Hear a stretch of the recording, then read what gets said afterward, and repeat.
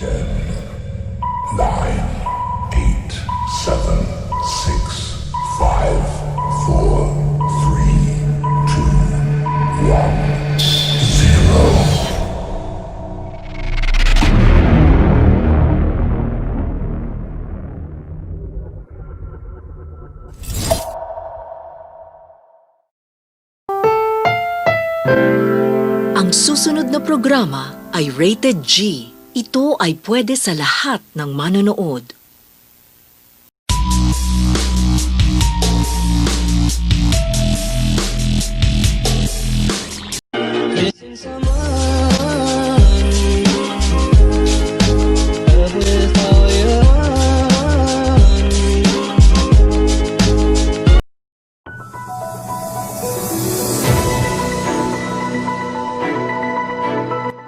Magandang araw sa inyong lahat.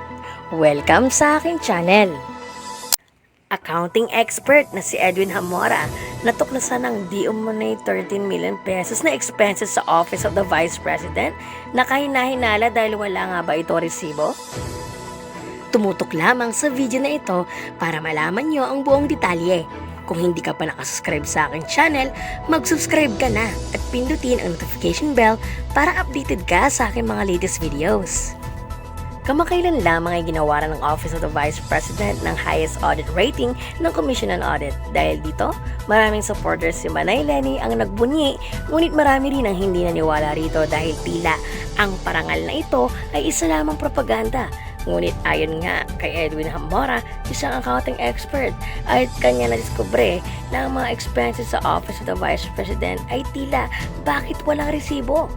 Narito at basahin natin ang kanyang pahayag. On the 13 million disbursements without official receipts, invoices, or supporting documentation. Mga friends, baka umiyak sa akin yung auditor pag inokorek ko to the max ang mga recommendations niya. Do I care? Hindi. Why? These are public documents at pera ng bayan to. Therefore, may karapatan akong aokrayin ang report nila, especially the recommendations. Kaya sa susunod, galingan nila kung ayaw nilang ma-okray ng Reyna. And also, kung may edit report yung tough nut, sir, send it to me. Baka ma-edomikit tayo. Are you all ready for my first audit trust report? Basahin muna natin ang recommendation ni auditor. We recommended that management, letter A, require the accountant to attach the official receipts, sales invoices, and all other necessary documents to the JEVs and DVs to support the agency's disbursements in strict compliance with laws, rules, and regulations. And letter B, henceforth, require the cashier to monitor the submission of ORs and SIS of service providers and suppliers and that these are appropriately attached to the JEVs and DVs. Nabasa niyo? May mga pa-henceforth pa. Where are we? Sa bakuran Queen Elizabeth? Tigilan ako ng mga junglish na yan. Ayusin ang report next time. Based on the recommendations, I can tell na si auditor ay kulang sa field trip, need niya ng unlimited rice, multivitamins, Kodak exposure, and America's top model experience for smooth, sassy, and out-of-the-box solutions. Biro mo ha, ang problema is 13 million na walang resibo. Buti ka mo kung mga 5,000 or 10,000 lang to. Aba, is he not realizing kung gaano kadakok yung mga walang resibo? Tapos ang recommendation niya lang ay sabihin sa accountant na kaya paki-attach naman ng mga resibo. Tapos ang sasabihin ng cashier, oh ha, monitor mo ate. Ganun lang. Ano to? Sari-sari store operations? Hindi pwede sa Reyna ang mga kaletsehang yan. Next, may mga henceforth na. May mga JEVs, SIS and DVs pa. Spell them out. Anong akala nyo? Lahat na nagbabasa ng reports nyo, puro kontador publiko. When you issue reports, it is being read by third parties who are not privy to the data you are presenting. Gusto mo ba yung performance evaluation mo, puro formulas and algebraic expressions at bahala kang magbasa? Gets mo? Henceforth, para me, these recommendations are useless because the auditor failed to grasp the real problems. That's the first step in auditing. Understand the business, understand the problem. Otherwise, paano ma-address ng auditor what ails the OVP? Worst, ito namang OVP, yung response niya to the issue were motherly statements. As in commitment? Really? Promise? Vow? Ganun lang? Pagtaradalan ko sa mga alitukan kain eh. Serious ba talaga mga ito to address the problems? Do you know the challenges that OVP is facing? Eto, number 1. They need to pay their vendors and contractors on time. Number 2, they need to follow the rules and regulations.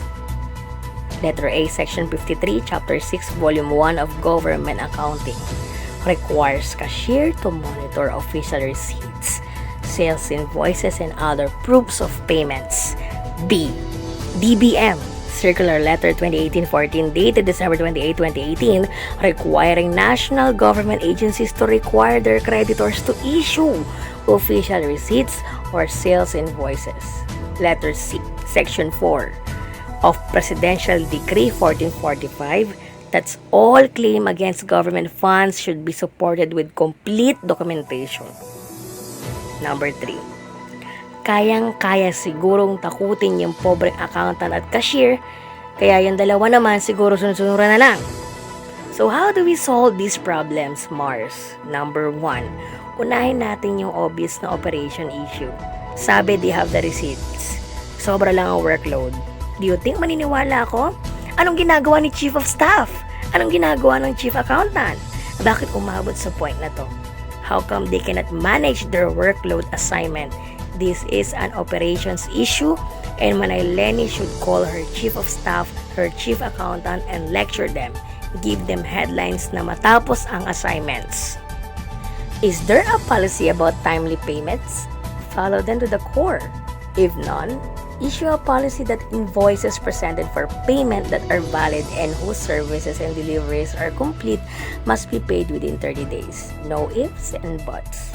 Number 3, to ensure that the agency is paying their vendors on time, include the performance scoring or something wherein if the agency has unpaid invoices over 30 days, they lose points and are penalized. Number 4, there is a need for the agency to maintain reserves to pay their invoices regularly and on time. But the problem is they don't have any damn money. Magkano pera nila? 937,000 pesos? Magkano utang nila? $32 million? Yung receivables nila, padded kasi they're almost 8 million of these allowances na hindi na makolekta kasi they've been carrying it in the book for 19 years. Lecture. Forget about the 140 million receivables. Those are programs for which means restricted yun. Number 5. VP better start cost-cutting measures and expense savings to build the reserves, which should be included in the performance scoring template of something where COA should require that the agency maintain at least 4 months of reserve equivalent to the regular operating expense. Number 6, COA should monitor compliance with another metric called quick assets ratio. They must require that the agency has a ratio of, say, 2 pesos for every 1 peso of liability. Incur ng utang, wala naman palang pera. Number 7, COA needs to monitor if the agency complies with those ratios. If they fall behind their marks, give the agency number of years to fix their problems via corrective actions. If they still fail, get rid of the finance management and appoint new ones. Number 8, you see those 3 rules that are consistently being violated by OVP? Give it some necessary fangs. Make the culprits accountable. Letter A. OVP and COA should cite and ban vendors who are notorious in not issuing OR and SIs on time. Letter B. The cashier who continues to violate the rules in paying disbursements without ORs and SIs, put this person on a performance improvement plan for 6 months. If he or she fails, show him the exit door. Letter C. The accountant who continues to violate the rules in preparing JEVs and DVs without any supporting documentations, put him on a performance improvement plan also for 6 months. If there are no improvements, tell him to follow the cashier to the exit sign. Number 9, why not to introduce accountability sa mga opisinang to? How? If you read through my recommendations, I am suggesting a different performance metrics based on ratios coming from their audited financial statements. Based on their score, that's how the government should fund this agency for their admin needs. Kung failing ang agency, the government should stop funding them and move the operations in the programs they are handling somewhere else or get rid of their management. Except of course, the elected ones. Biro mo, merong 195 million medical Chinese fund, no idol. Bakit hindi yan ibigay sa mga agency na marunong mag-manage? Number 10, yung auditor na gumawa ng recommendations na yon, inilipat sa reception.